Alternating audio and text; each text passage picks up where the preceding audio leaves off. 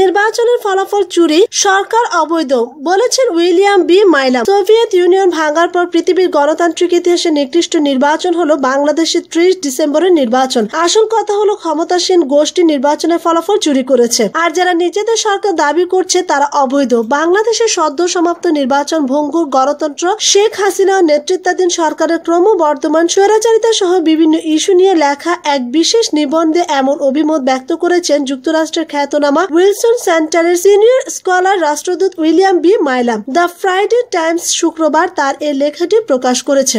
Just news পাঠকদের জন্য বাংলায় অনুবাদ করে লেখাটি প্রকাশ করছি। দ্য ফ্রাইডে টাইমস শুক্রবার তার এই লেখাটি প্রকাশ করেছে। নির্বাচনে সেনাবাহিনী তার নিরপেক্ষ এবং কার্যকর ভূমিকা পালনে ব্যর্থ হয়েছে বলে নিবন্ধে কড়া সমালোচনা করেছেন ঢাকায় নিযুক্ত যুক্তরাষ্ট্রের সাবেক রাষ্ট্রদূত মাইলাম। স্বৈর শাসনের বিপক্ষে এমন নিশ্চুপ থাকা এবং সদ্য সমাপ্ত ভোটে ন্যূনতম কার্যকর ভূমিকা পালনে সেনাবাহিনীর যে ব্যর্থতা দেখা গেছে তাতে বিশ্বশান্তি রক্ষা মিশনের বাহিনীর উপর নেতিবাচক প্রভাব ফেলবে এবং প্রশ্নের তৈরি হবে বলে মন্তব্য করেন তিনি। 30 ডিসেম্বরের জাতীয় নির্বাচনের ফলাফল চুরি করতে শেখ হাসিনা এবং তার দল আওয়ামী লীগ সব ধরনের নোংরা কৌশলের প্রয়োগ করেছেন উল্লেখ করে মাইলাম বলেন, বাংলাদেশের চলমান রাজনৈতিক কাঠামোর মাধ্যমে সুষ্ঠু এবং নিরপেক্ষ নির্বাচন কোনোভাবে সম্ভব না। 2011 সাল থেকে বিদেশি পর্যবেক্ষকরা এই ধারণা পোষণ করে আসছিলেন এবং সদ্য সমাপ্ত নির্বাচনের মাধ্যমে আওয়ামী লীগ প্রতিপক্ষকে তা প্রমাণ সহ দেখিয়ে দিল। বিরোধী দলগুলোর উপর যত রকমের সন্ত্রাস চালানো যায় তার সব কায়দা প্রয়োগ করে 30 ডিসেম্বরের ভোট হয়েছে। সোভিয়েত ইউনিয়ন ভাঙার পর পৃথিবীর গণতান্ত্রিক ইতিহাসে নিকৃষ্ট নির্বাচন হলো বাংলাদেশের সদ্য সমাপ্ত নির্বাচন। ভোট চুরির সব নোংরা কৌশল প্রয়োগ করে শেখ হাসিনা এবং তার দল 97.66% ফলাফল নিজের দলের জন্য ভাগিয়ে নিয়েছে।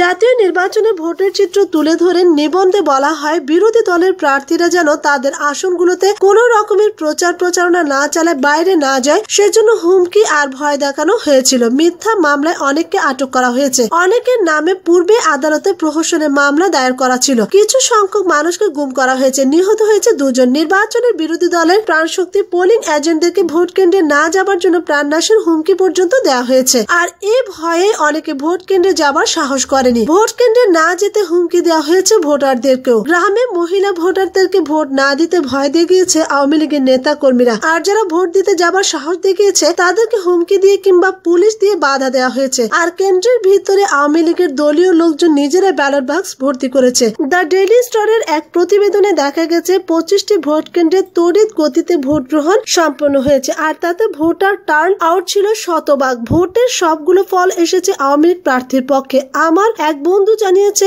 সে যে ভোট কেন্দ্রে গিয়েছিল তার সবগুলো ভোট কাজ করা হয়েছে আওয়ামী লীগের পক্ষে। ভোটের ফল অস্বাভাবিক এবং এমনকি তা আওয়ামী লীগ সমর্থকরাও বিশ্বাস করবে না মন্তব্য করে যুক্তরাষ্ট্রের প্রবীণ এই কূটনীতিক লিখেছেন, আওয়ামী লীগ সরকার কি ধরনের আতঙ্ক আর সহিংস পরিবেশ তৈরি করেছিল তা লিখতে গেলে পুরো নিবন্ধে শেষ করা যাবে না। অস্বাভাবিক সংখ্যাগরিষ্ঠতার একটি ভোটের ফলাফল দেখাতে সব শক্তি ব্যয় করা হয়েছে। পুলিশকে এবং তাদের অঙ্গ সংগঠন ছাত্রলীগকে এই কাজে ব্যবহার করা হয়েছে। এই ছাত্র সংগঠনটিকে একনায়ক হিটলারের Bangladesh version of fascist brown shirts বাহিনী বলা যায়। আমি যেটা বলি সেটা হলো এরকম নির্বাচনের ফল বাংলাদেশের কোনো মানুষই বিশ্বাস করবে না। এবার ভিন্ন প্রসঙ্গ, খালেদা জিয়াকে গভীর সংকটে ঠেলে দেওয়া হচ্ছে। বিএনপি চেয়ারপারসন বেগম খালেদা জিয়াকে নজিরবিহীন ভাবে কারাগারে অস্বাস্থ্যকর পরিবেশে আটকে রাখা হয়েছে। এই আটকে রাখার পেছনে ব্যক্তির প্রতিহিংসা পূরণের স্বাদ মেটানো হচ্ছে, এই বিষয়ে কোনো সন্দেহ নেই বলে মন্তব্য করেছে বিএনপির সিনিয়র যুগ্ম মহাসচিব রুহুল কবির রিজভী। তিনি আরো বলেন, সাবেক প্রধানমন্ত্রী দেশ নেত্রী বেগম খালেদা জিয়া অসুস্থতার কারণে গতকাল আদালতে উপস্থিত হতে পারেননি। তার সুচিকিৎসার জন্য পরিবার ও দলের পক্ষ থেকে কোনো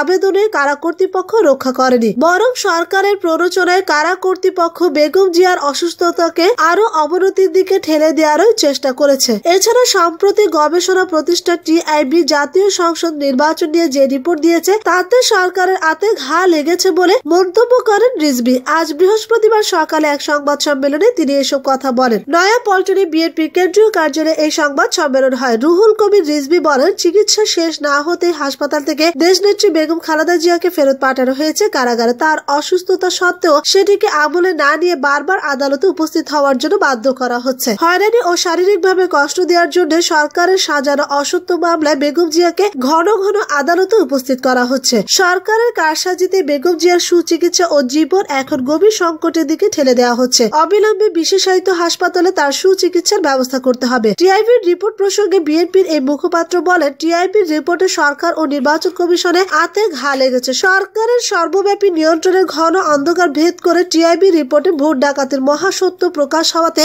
সরকারের মন্ত্রীরা ও নির্বাচন কমিশন মুখ লুকাতে পারছে না। সেজন্য আর্তচিৎকার করে সত্য লুকানোর চেষ্টা করলেও কোনো লাভ নেই। মানুষ যা জানার নির্বাচনের আগের দিন রাত থেকে জেনেছে। আন্তর্জাতিক মানব সম্পন্ন বিভিন্ন সংগঠন নির্বাচনে মহাভোট ডাকাতি নিয়ে প্রতিবেদন, মন্তব্য ইত্যাদি করেছে। বিশ্বের নানা গণতান্ত্রিক দেশ বলেছে এই নির্বাচন প্রশ্নবিদ্ধ। তারা এই ভুয়া ভোটের নির্বাচনকে স্বীকৃতি দেয়নি এবং তদন্ত দাবি করেছে। রিজভী বলেন, বিশ্ববাসী এই নির্বাচনকে ইতিহাসের নিকৃষ্ট নির্বাচন হিসেবে অভিহিত করেছে। ক্ষমতা চিরদিনের জন্য কোলবালিশের মতো আঁকড়ে ধরে রেখে নিরঙ্কুশ কর্তৃত্ব প্রতিষ্ঠার জন্য ভোটারদেরকে ভোট দেয়া থেকে বঞ্চিত করা হয়েছে। গণমাধ্যমকে সর্বোচ্চ নিয়ন্ত্রণ ও নজরদারির মধ্যে রেখে বিরোধী দলকে কারাগারে ঢুকিয়ে ভোটারদেরকে আতঙ্কের মধ্যে রেখে নির্বাচন কমিশনের মোসাহেবদের বসিয়ে নির্বাচনী ব্যবস্থা ধ্বংস করে পার পাওয়া যাবে না। বাংলাদেশের মানুষ জীবন উৎসর্গ করে এই দেশ স্বাধীন করেছে। তারা প্রয়োজন হলে জীবন দিয়ে গণতন্ত্র ও ভোটাধিকার ফিরিয়ে আনবে। তিনি বলেন, জনগণের টাকা ব্যাংক ও সরকারি প্রতিষ্ঠান থেকে লোপাট করে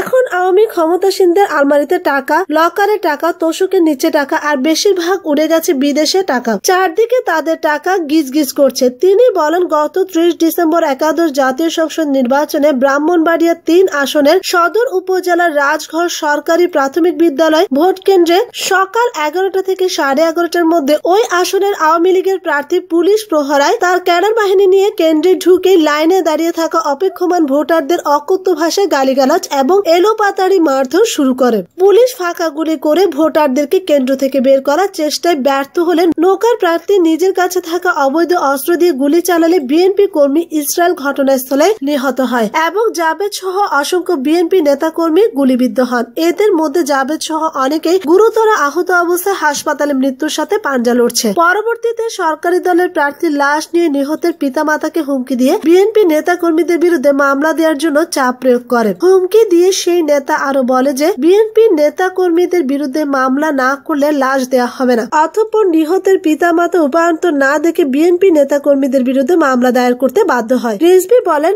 বর্তমানে রাজঘর গ্রামে পুলিশ ক্যাম্প বসিয়ে নেতাকর্মীদেরকে গ্রেফতার অভিযান চালানো হচ্ছে। গ্রামটি এখন পুরুষ শূন্য হয়ে পড়েছে। মহিলাদের উপরে নির্যাতনের কারণে তারা বাড়িতে থাকতে পারছে না। বর্তমানে ইরি মৌসুমে ধান বোনার কাজে কোনো নারী পুরুষ গ্রামে যেতে সাহস পাচ্ছে না। আমি আওয়ামী সন্ত্রাসী বাহিনীর এহেন ন্যাক্কারজনক কর্মকাণ্ডে ধিক্কার জানাচ্ছি এবং অবিলম্বে এ ধরনের কর্মকাণ্ড বন্ধের জোর দাবি করছি। নেতাকর্মীদেরকে গ্রেফতার অভিযান বন্ধেরও জোর দাবি জানাচ্ছি।